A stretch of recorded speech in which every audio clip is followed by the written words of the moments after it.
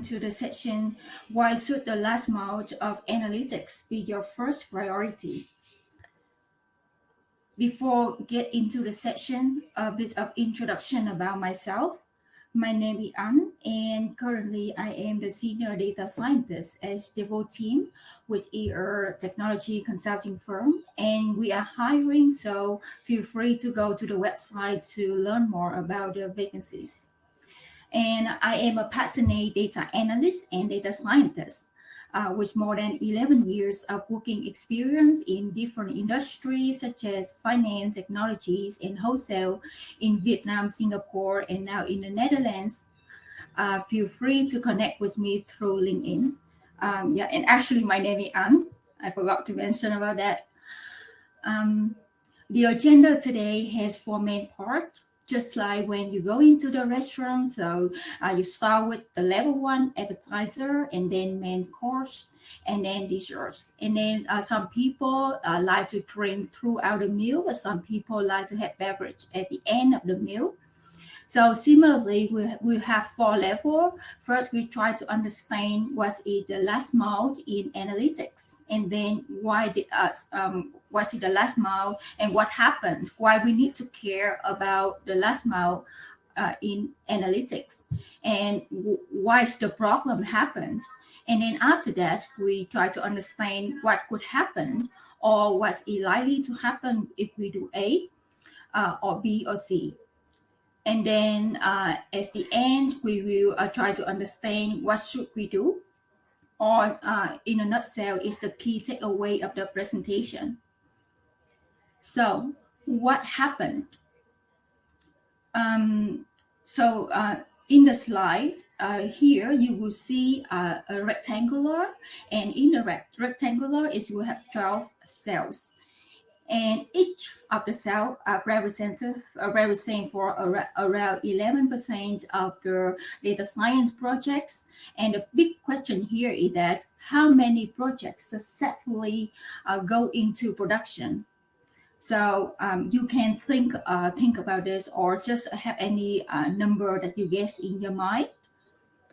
And here is the answer. So if I call the percentage of data science project die before going to production will be the black cell, and the one that survived is the blue cell. Then let's see how many blue cell left in reality. So it's not 25% that die before production, and it's not 50% die before production. And surprisingly, it's not 75%. And the answer is 87% of data science projects never make it into production. And this quite a shocking result according to the study. And you feel free to Google it and find out more about the study. But this is the fact. So this kind of like raise the alarm. Then we need to try to understand what this is, why this has happened, and we try to find out the reason, to look into it and fix the issues. So why this has happened? So I would like to describe all of the reasons that the study show why 87% of the project fail. Through the graph here is the icon is the analytics journey. So first, normally a data science project start with a business problem. So the stakeholder will have some questions, and then for some analysts or scientists, they don't even want to challenge the status quo. So they started to do the analysis without asking whether, without asking like what's the problem? I mean, what is the scope? What is the impact? Whether it needs the analysis. And then after that, they look into the data. Only after that, they blame the data. That the data is too difficult to work with, or they don't have enough resources. The data are not is difficult to work with. For example, it doesn't have the format that they wanted, or the data sit in different systems that doesn't have the common joy key, especially the company after M&A. It's very common that two companies after the merge and acquisition, the data system is very different. And then after that, they look into the infrastructure. And again, at this time, playing the infrastructure. So yeah, so apparently most organizations are highly siloed. So those are the answer from the study that they range according to the percentage, like what are the most common reasons that lead to the failure of the project. And then after that, they carry out the analysis. And then after that, after the analysis, they do the presentation to persuade their stakeholder. However, at this step, a lot of project fails because that they lack of knowledge sharing, and they find difficult to explain the data science component to the stakeholders, or the results not used by the decision makers. Some of the projects successfully persuade the stakeholder on board.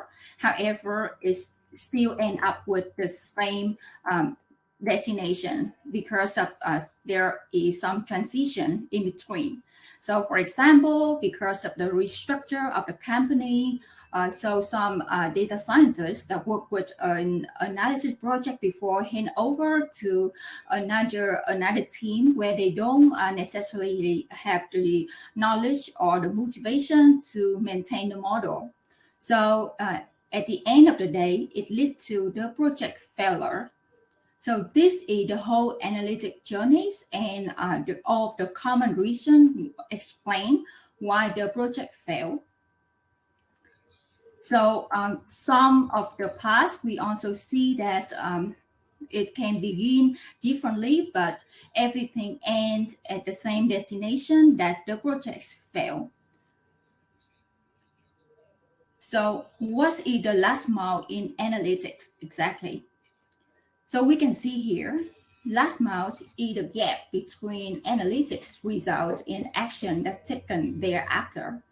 Or in other words, an analysis want to make a big impact or make the impact in business, but it failed in the business adoption stage, or it failed in fulfill the gap between analytics result and the action taken because of that analysis. So if you imagine the whole analytic journeys as a runway, then it's the last step to reach the destination. Then what could happen, or what's likely to happen if we take the action? So officially, there's no study to learn about that. For example, if we do experiments, some companies do fix the last mile of analytics, then what is the results? There's no official study about that, but McKinsey companies did a study that they compare like the top companies and the normal company, and try to find out what are the reasons that lead to the differences. What they find out is that all of the the 90% of the companies that make themselves the market leader have things in common, that they all invest heavily in the last miles of analytics, and it's divided into 3 different categories. The first is aligning on strategy. The second, building the right foundation of data, technology, and people. And the last one is conquering the last mile. So you can see that the last mile here is like whether it's collaborate with our team or doing the analytic investment, everything. They try to focus on making the fulfilling the gap between analytic result and the action taken thereafter. So here in the slide, it also breaks down a lot on how they do it.